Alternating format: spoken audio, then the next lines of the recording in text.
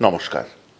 Lost and rare রেসিপিসে পুজোর রান্নার এই বিশেষ সিরিজে আপনাদের সবাইকে আরেকবার স্বাগত জানাই।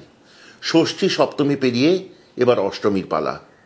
এতদিনে আপনারা নিশ্চয়ই সবাই জানেন যে লস্ট অ্যান্ড রেয়ার রেসিপিসে পুজোর এই রান্নার সিরিজে প্রত্যেকটি পর্ব সাজিয়েছি এক একটি বিখ্যাত বনেদি পরিবারের পুজোর গল্প নিয়ে।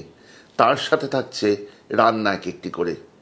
অষ্টমীর দিন পুজোর সবচেয়ে বিশেষ দিন। সেই দিন পুজোর শেষে অষ্টমী আর নবমীর সন্ধিক্ষণে সেই মহাসন্ধি পূজা। তাই এই পর্বে থাকছে কলকাতার অন্যতম বিখ্যাত বনেদি পরিবার শোভাবাজার রাজবাড়ির গল্প।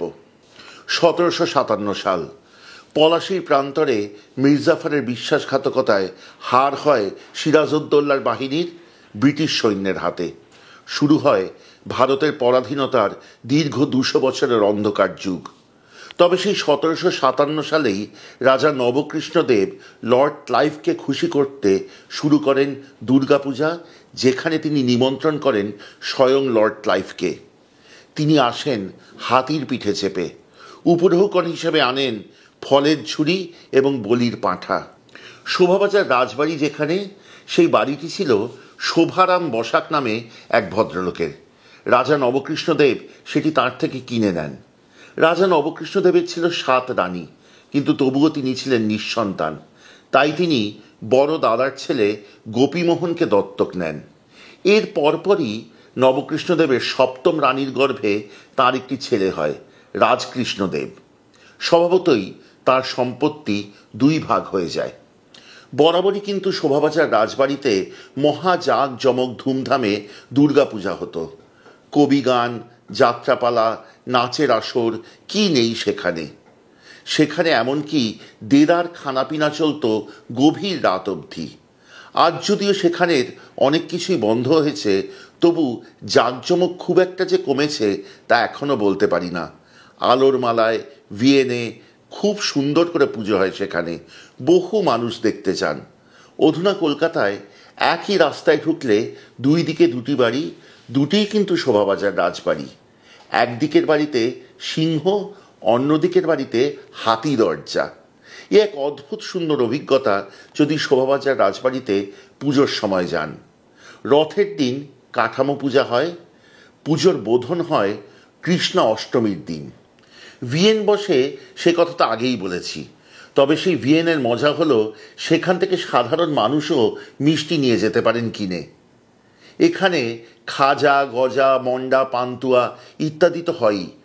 আজ অবধি কিন্তু নারকেল এবং ক্ষীর সহযোগে একটি মিষ্টি হয়ে আসছে, সেই মিষ্টির নাম আদা। শোভাবাজার রাজবাড়ির এই আয়োজন কিন্তু খুব খুব বিখ্যাত। যদি পারেন একবার গিয়ে দেখবেন, খুব ভালো লাগবে। এবার আসি আজকের পর্বের রান্নায়। অষ্টমীর দিনের পর্ব, তাই রান্নাটি তো বিশেষ হতেই হবে। অষ্টমীর দিন বহু মানুষ নিরামিষ খান, তাই আজকে রাখছি একটি বিশুদ্ধ নিরামিষ রান্না। কোফতা তো অনেক রকমের খেয়েছেন। দইয়ের কোফতা খেয়েছেন কখনো? আজকে আনছি সেই দইয়ের কোফতা। চলুন শিখি।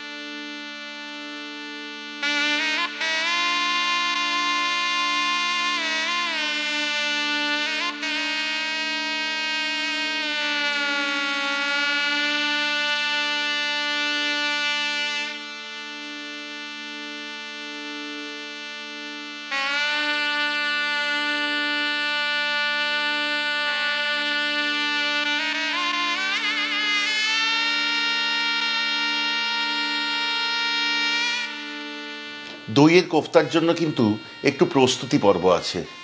এর জন্য ভালো টক দই কিনুন এবং সারা রাত মলমলের কাপড় বা পাতলা সুতির কাপড়ে ঝুলিয়ে রেখে দিন। জল ঝরে দেখবেন সকালবেলা একদম দই ছানার মতো প্রায় হয়ে গেছে। সেই দই নিয়ে নিন একটি পাত্রে। তার সাথে মিশিয়ে নিন পরপর কয়েকটি উপকরণ। এবং গোল গোল কোফতা বা কোপ্তার আকারে গড়ে নিন, ভেজে তুলুন। তারপর আসুন মূল রান্নায়। একটি পাত্রে ঢালুন দই, তার সাথে দিয়ে দিন বেশ খানিকটা ছোলার ছাতু। কতটা ছোলার ছাতু দেবেন তা কিন্তু নির্ভর করবে দই কতটা জল ঝরিয়েছে তার উপর, কারণ এরপর সব কিছু মেখে আপনাকে এই মিশ্রণটি কোপ্তার আকারে গড়তে হবে। সাথে দিন 1 চা চামচ বা আরেকটু বেশি আদা বাটা, 1 চা চামচ জিরে গুঁড়ো, 1 চা চামচ লঙ্কার গুঁড়ো, 8 চা চামচ গরম মশলার গুঁড়ো, 1 টেবিল চামচ পরিমাণ চিনি এবং স্বাদ অনুসারে নুন। এবার সমস্ত উপকরণ খুব সুন্দর করে মেখে নিন। এখানে মনে রাখবেন আমি 1 কেজি দই নিয়েছি এবং তা জল ঝরিয়ে রেখেছি।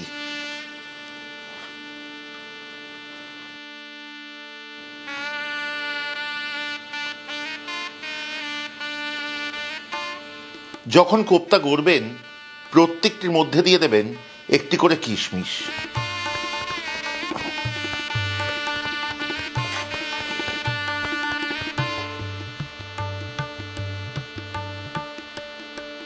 দুটি কথা কিন্তু এই রান্নার ক্ষেত্রে মনে রাখবেন। প্রথমত, এই রান্নাতে আপনি সর্ষের তেল বা সাদা তেল যে কোনো একটি ব্যবহার করতে পারেন।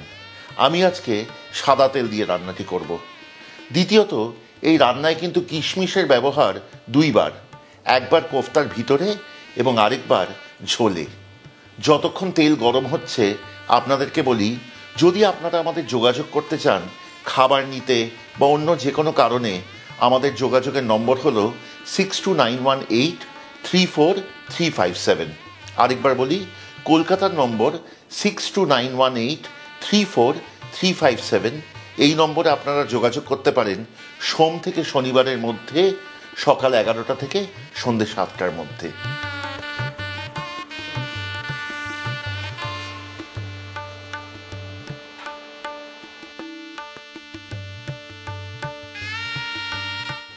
একটি কথা কিন্তু এই প্রসঙ্গে আপনাদেরকে অকপটে বলতে চাই, তা হলো আমি যেমন শিখি এই রান্নাগুলি করতে করতে, তেমনি আপনারাও আমার সাথে শেখেন।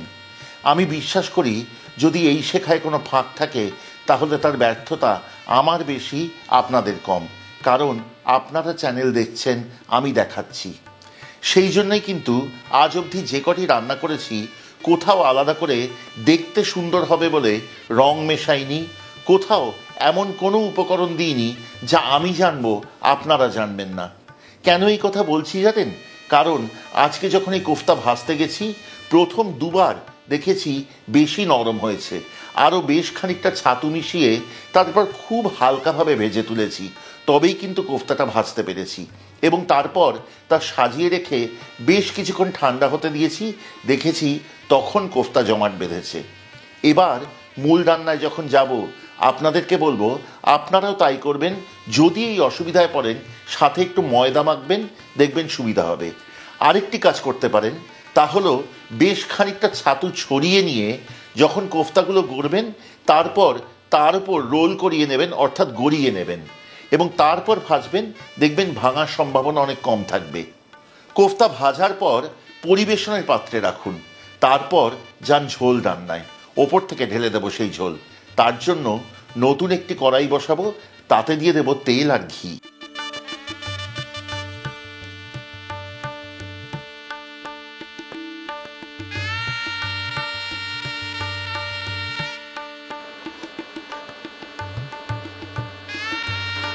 তেল ও ঘি গরম হলে তাতে দিয়ে দিন 2টি তেজপাতা, তার সাথে দিন 1/2 চা চামচ গোটা জিরে ও 1/2 চা চামচ গরম মশলা গুঁড়ো।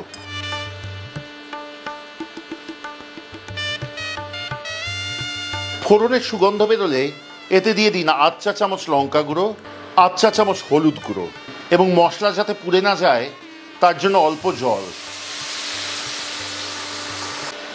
এরই সাথে দিন 1 চা চামচ আদা বাটা। ভালো করে মশলা কষাতে থাকুন যতক্ষণ না আদার কাঁচা গন্ধ চলে যায় এবং মশলা ভাজা হয়। যতক্ষণ মশলা কষানো হচ্ছে একটি আলাদা বাটিতে নিয়ে নিন 3 থেকে 4 টেবিল চামচ পরিমাণ গুঁড়ো দুধ। তার সাথে দিন 1 চা চামচ পরিমাণ ছোট এলাচের গুঁড়ো। এবার এই বাটিতে দিন বেশ খানিকটা জল এবং ভালো করে গুলে রাখুন। ভালো করে ফুটলে রান্নাটিতে এবার দিয়ে দিন 1 চা চামচ জিরে গুঁড়ো এবং সাথে দিন 1 মুঠো কিশমিশ, স্বাদ অনুসারে নুন এবং 1 টেবিল চামচ চিনি। চিনি গলে তেল ভাসা অবধি অপেক্ষা করুন। রান্নাটিতে সুন্দর তেল ভেসে গেছে। এবার এতে যোগ করুন গুঁড়ো দুধ ও গুঁড়ো এলাচের মিশ্রণটি। এইবার রান্নাটি ফুটে ঘন হতে দিন। কেমন লাগছে আমাদের আজকের পর্বটি এবং আমাদের চ্যানেলের অন্যান্য পর্বগুলি, বিশেষ করে পুজোর রান্নার এই সিরিজটি দয়া করে আমাদের কমেন্টে লিখে পাঠান। যদি ভালো লাগে শেয়ার করুন আত্মীয় বন্ধু প্রিয়জনদের সাথে, কারণ এভাবেই কিন্তু বেঁচে থাকবে আমাদের ঐতিহ্য, এভাবেই ছড়িয়ে পড়বে এইসব রান্নাগুলি। আরও প্রিয়জনেরা জানতে পারবেন এইসব হারাতে বসা বা বিরল রান্নার কথা। যদি ভালো লাগে সাবস্ক্রাইব করে সঙ্গে থাকবেন, খুব আনন্দ পাবো। এবং যদি মনে করেন আমাদের চ্যানেলের সব রান্নার নোটিফিকেশন প্রথম পৌঁছবে আপনাদের কাছে, তবে দয়া করে বেল আইকনটি টিপে দিতে ভুলবেন না। দইয়ের কোফতার ঝোল ঘন হয়ে এসছে। এইবার এই রান্না শেষ করবার পালা। ওপর থেকে দিয়ে দিন অল্প একটু ঘি এবং মিশিয়ে নিয়ে এই ঘন ঝোল ঢেলে দিন দইয়ের কোফতাগুলির ওপর।